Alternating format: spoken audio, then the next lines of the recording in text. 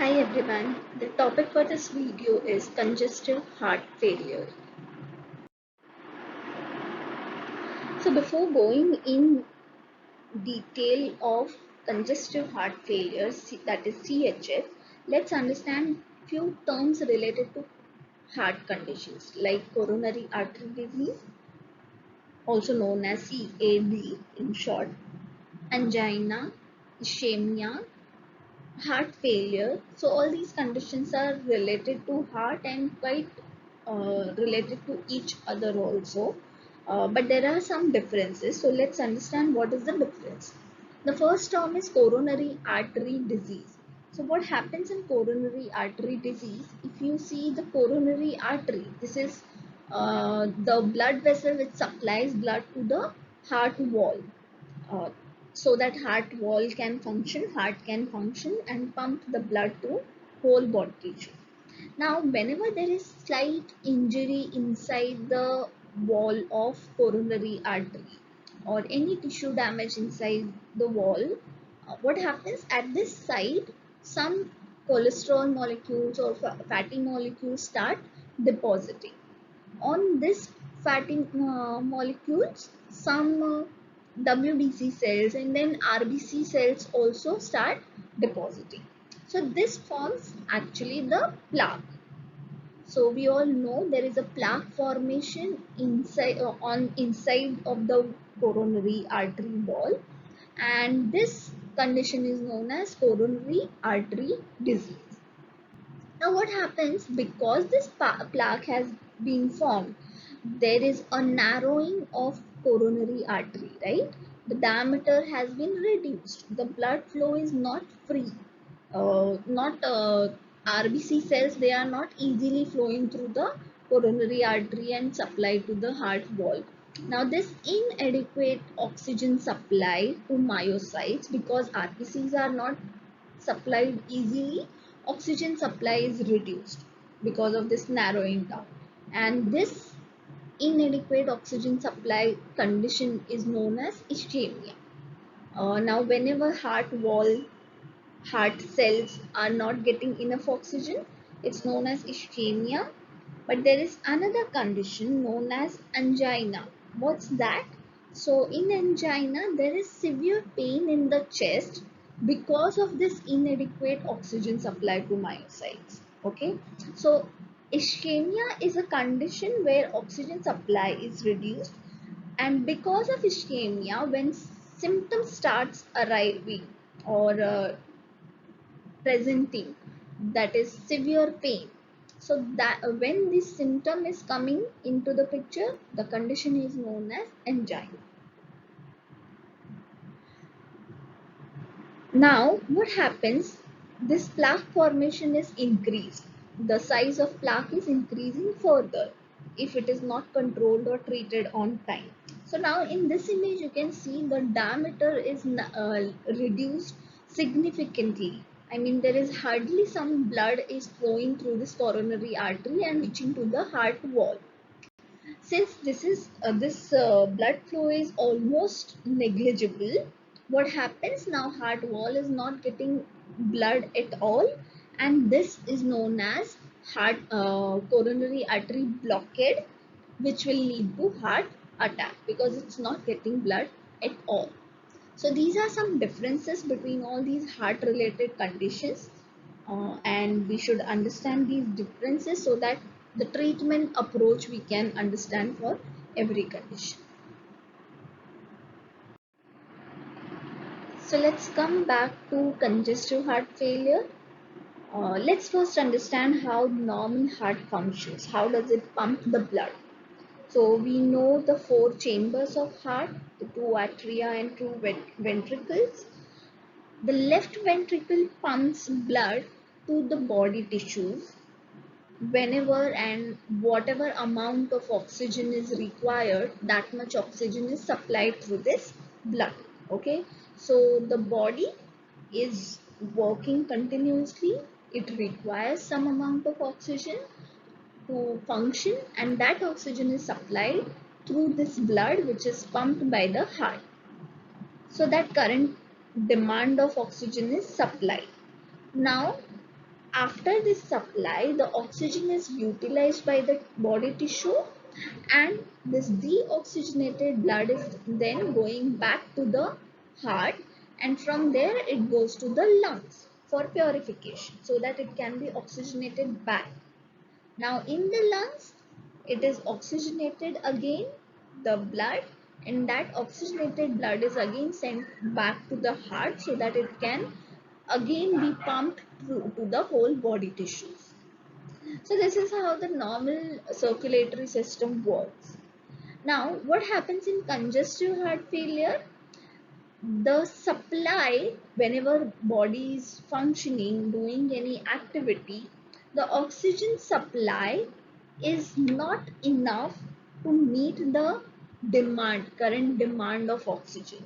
Now due to this activity, the demand of oxygen has been increased, but the heart is not able to supply that much oxygen, excess oxygen, to the body tissues, and this condition is known as congestive heart failure.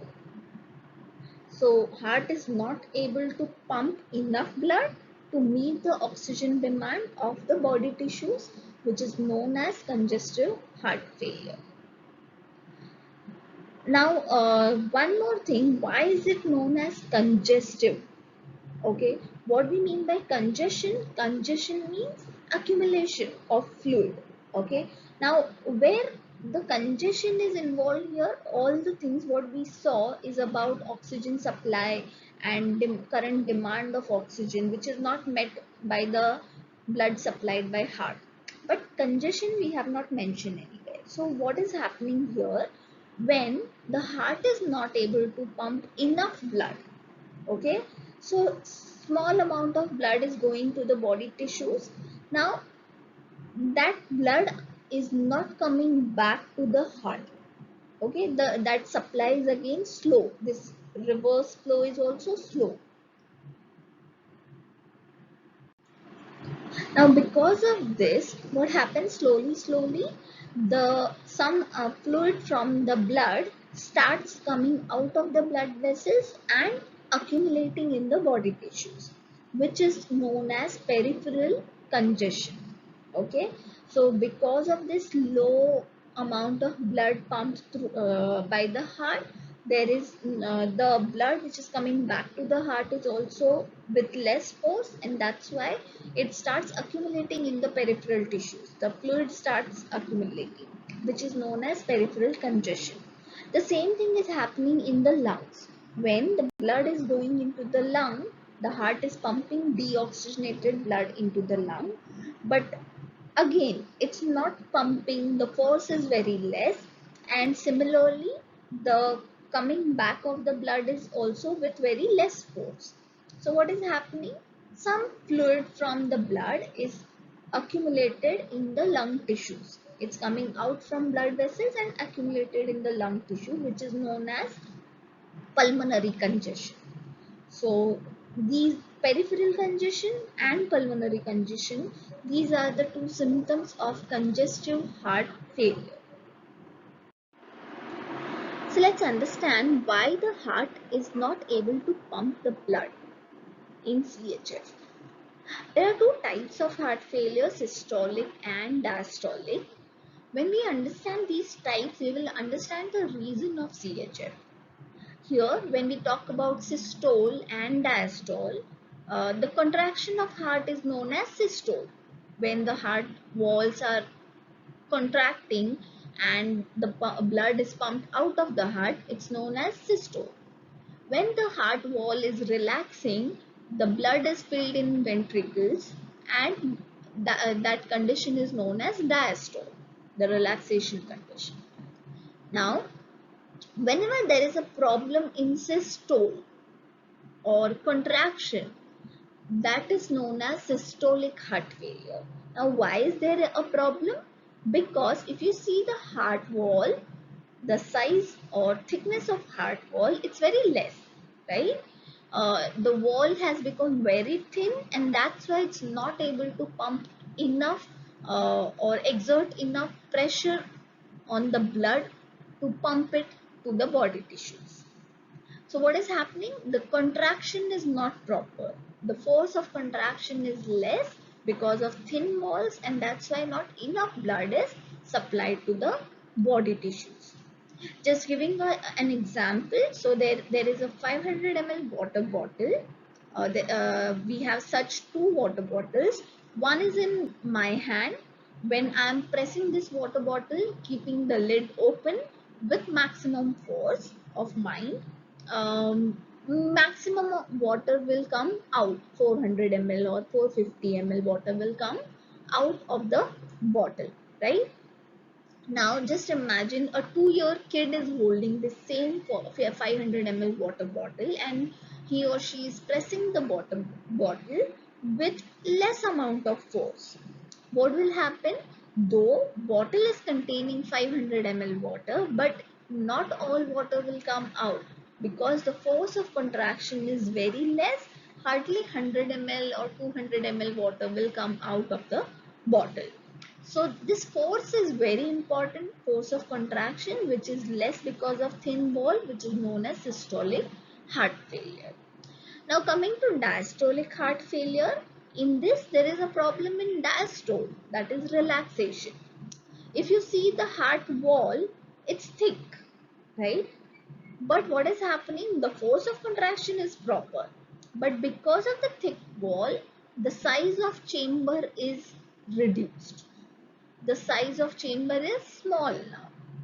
Now, the size, since the size is less amount of blood is filled in the ventricle during diastole, and that's why less amount is given out from the heart during contraction. So what is happening here? There is a problem while filling during relaxation. It's like I have a 500 ml water bottle and another 200 ml water bottle. In 200 ml water bottle, even if I am pressing that water bottle with my maximum force, but it will exert only 200 ml water out of the bottle. It cannot throw 500 ml water, right?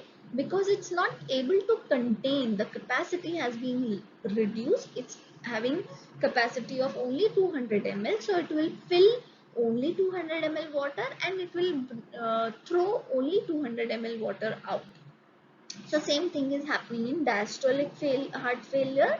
Less amount of blood is filled in the ventricle because the wall has been become thick and ventricle size has been reduced, and that's why less amount of blood is pumped by the heart.